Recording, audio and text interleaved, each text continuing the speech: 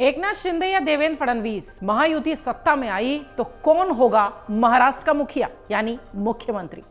अगर महायुति सत्ता में आती है तो देवेंद्र फडणवीस क्या नए मुख्यमंत्री होंगे? अगर मुख्यमंत्री नहीं तो क्या बीजेपी के राष्ट्रीय अध्यक्ष होंगे? आइए आपको बताते हैं कि ये सारी बातें हम क्यों कह रहे हैं। मुख्यमंत्री और बीजेपी के राष्ट्रीय अध्यक्ष बनने के सवाल पर महाराष्ट्र के उप मुख्यमंत्री देवेंद्र फडणवीस ने कुछ ऐसा कहा जिसकी खूब चर्चा हो रही। दरअसल महाराष्ट्र में नए सीएम को लेकर सवाल इसलिए भी उठ रहे हैं क्योंकि महाराष्ट्र विधानसभा चुनाव में अब महज कुछ ही दिन का समय बचा है। इससे पहले भी सभी दलों के नेता प्रचार अभियान में जुटे थे। महाराष्ट्र विधानसभा चुनाव में सत्ताधारी गठबंधन बीजेपी, एकनाथ शिंदे की शिवसेना और अजीत पवार की एनसीपी महायुति एक साथ मिलकर चुनाव लड़ रही है। महायुति के सत्ता में आने के बाद सीएम कौन होगा ये तस्वीर अभी भी साफ नहीं है, जिसके बाद यह सवाल लगातार उठ रहा है कि अगर महायुति सत्ता में फिर से आती है तो अगला मुख्यमंत्री, अगला मुखिया महाराष्ट्र को कौन संभालते हुए दिखाई पड़ेगा। चर्चाएं तेज हैं इस पर। इस बीच बीजेपी के नेता और उप मुख्यमंत्री देवेंद्र फडणवीस ने बताया कि महायुति के सत्ता में आने पर मुख्यमंत्री का चयन कैसे होगा। महायुति के सत्ता में आने पर मुख्यमंत्री कौन होगा ये जब पूछा गया तो महाराष्ट्र के उप मुख्यमंत्री देवेंद्र फडणवीस ने कहा कि कोई योजना नहीं है, कोई तारीख नहीं है, हमें पूरा भरोसा है, हम अपनी सरकार बनाएंगे। जैसे ही चुनाव नतीजे आएंगे तीनों पार्टियां एक साथ मिलकर यह तय कर लेंगी कि मुख्यमंत्री किसे बनाया जाए। मैं इस रेस में नहीं हूं, इस प्रक्रिया में नहीं हूं। देखिए, मुझे कोई डेट है, कोई प्लान है? कोई प्लान भी नहीं, कोई डेट भी नहीं है। यह तय हुआ है कि जैसे ही रिजल्ट आएगा वी आर वेरी श्योर कि हमारी सरकार बनेगी। ये तीन पार्टी एक साथ? हाँ जी। तो हमने तय किया है कि रिजल्ट्स के बाद तीनों पार्टियां एक साथ बैठेगी। जो शिवसेना है उसके राष्ट्रीय अध्यक्ष एकनाथ शिंदे जी है, एनसीपी के राष्ट्रीय अध्यक्ष अजीत पवार जी है, और हमारी पार्टी में हमारा पार्लियामेंट्री बोर्ड ये राष्ट्रीय अध्यक्ष जी को ऑथराइज करता है। तो ये तीनों मिलकर बैठेंगे और तय करेंगे कि किसको मुख्यमंत्री करना है, कौन बनेगा, कौन से दिन बनाना है। अभी तय नहीं हुआ। मैं तो इस प्रोसेस में नहीं हूं। कैसे हो सकता है कि आप प्रोसेस में नहीं है कि मुख्यमंत्री? मेरी पार्टी में रीजनल नेता हूं। ये सब राष्ट्रीय अध्यक्षों का खेल है। मैं थोड़ी राष्ट्रीय अध्यक्ष हूं, मैं तो रीजनल आदमी हूं। मैं तो यहां लीड कर रहा हूं। नहीं, वो बना होता तो बता देते, बना ही नहीं है। नहीं बता देते तो बताते नहीं है ना आपकी पार्टी में। कभी तय होता, अगर तय करते।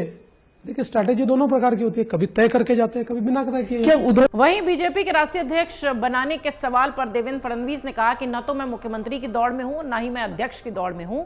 मैं ऐसी किसी रेस में नहीं हूं। बीजेपी मेरा घर है, जीना यहां, मरना यहां, इसके सिवा जाना कहां।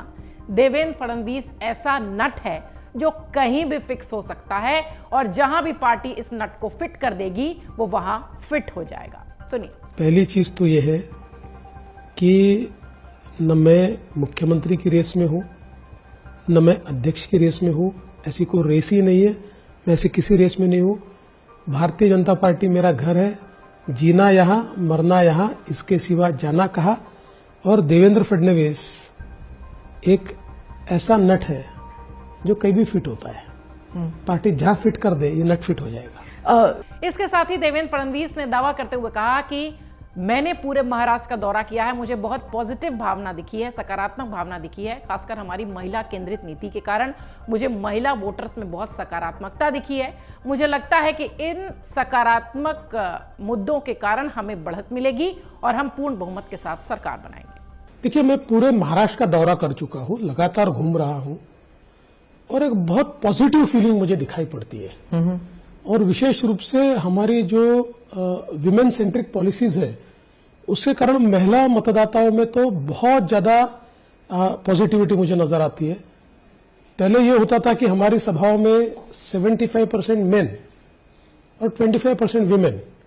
अभी 50% विमेन पार्टिसिपेशन सभाओं में भी दिख रहा है। तो मुझे लगता है ये जो सारी पॉजिटिविटी है इसके कारण मैं ऐसा नहीं कहूंगा, आई ऑलवेज से कि any battle is a tough battle, पर हमको एज है और हम लोग पूर्ण बहुमत से सरकार बनाएंगे। इस बीच केंद्रीय मंत्री नितिन गडकरी ने भी महाराष्ट्र में नए सीएम के सवाल पर बड़ा बयान दिया। गडकरी ने दावा करते हुए कहा कि महाराष्ट्र में बीजेपी, शिवसेना और एनसीपी का महायुति गठबंधन निश्चित रूप से जीतने जा रहा है। वहीं सीएम चुनने को लेकर नितिन गडकरी ने कहा कि यह चुनाव एकनाथ शिंदे, अजीत पवार और देवेंद्र फडणवीस तीनों के नेतृत्व में हो रहा है और पार्टी हाईकमान और चुनाव के बाद चुने हुए प्रतिनिधि अपने नेता का चयन करेंगे। पार्टी का शीर्ष नेतृत्व फैसला लेगा। देखिए, ये चुनाव एकनाथ शिंदे, अजीत पवार और देवेंद्र फडणवीस तीनों के नेतृत्व में लड़ रहे हैं और पार्टी हाईकमांड चुनाव के बाद हमारा पार्लियामेंट्री बोर्ड और चुने हुए लोग प्रतिनिधि अपने नेता का निर्णय करेंगे। नहीं, अभी तो मैंने जो कहा ना कि पार्टी का जो शीर्षस्थ नेतृत्व है वो निर्णय करेगा। देखो, जब होगा तब पार्टी का जो शीर्षस्थ नेतृत्व वो निर्णय करेगा। हाल ही में बीजेपी के पूर्व अध्यक्ष और केंद्रीय गृह मंत्री अमित शाह ने महाराष्ट्र की एक रैली में मुख्यमंत्री पद को लेकर बड़ा संकेत दिया था। अमित शाह ने संकेत दिया था कि देवेंद्र फडणवीस राज्य के अगले मुख्यमंत्री बन सकते हैं। अमित शाह ने सांगली जिले के शिराला में एक चुनावी सभा को संबोधित करते हुए कहा कि 1.5 महीने पहले महाराष्ट्र का दौरा किया।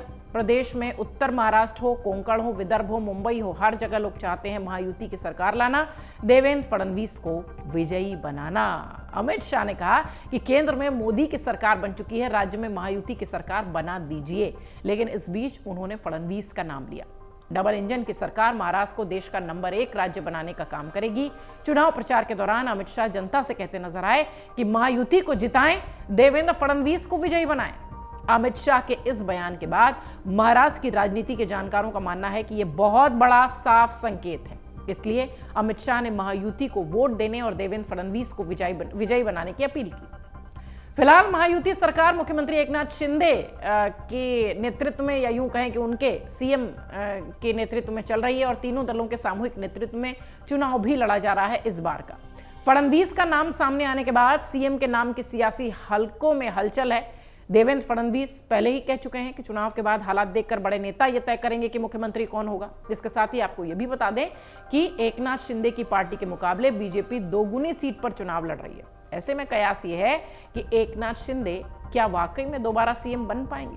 महाराष्ट्र 20 नवंबर को वोटिंग में जा रहा है। 23 नवंबर को परिणाम आएंगे। नामांकन वापसी के बाद महाराष्ट्र में फिलहाल 4140 उम्मीदवार मैदान में हैं और देवेंद्र फडणवीस का यह बयान निश्चित तौर पर सियासी हलकों में चर्चा का विषय है। लाजमी भी है, मौसम चुनावी है, बहुत कम वक्त बचा हुआ है और सीएम फेस को रार, तकरार, सवाल जवाब लगातार जारी है। इसी कड़ी में देवेंद्र फडणवीस का यह बयान वायरल हो रहा है।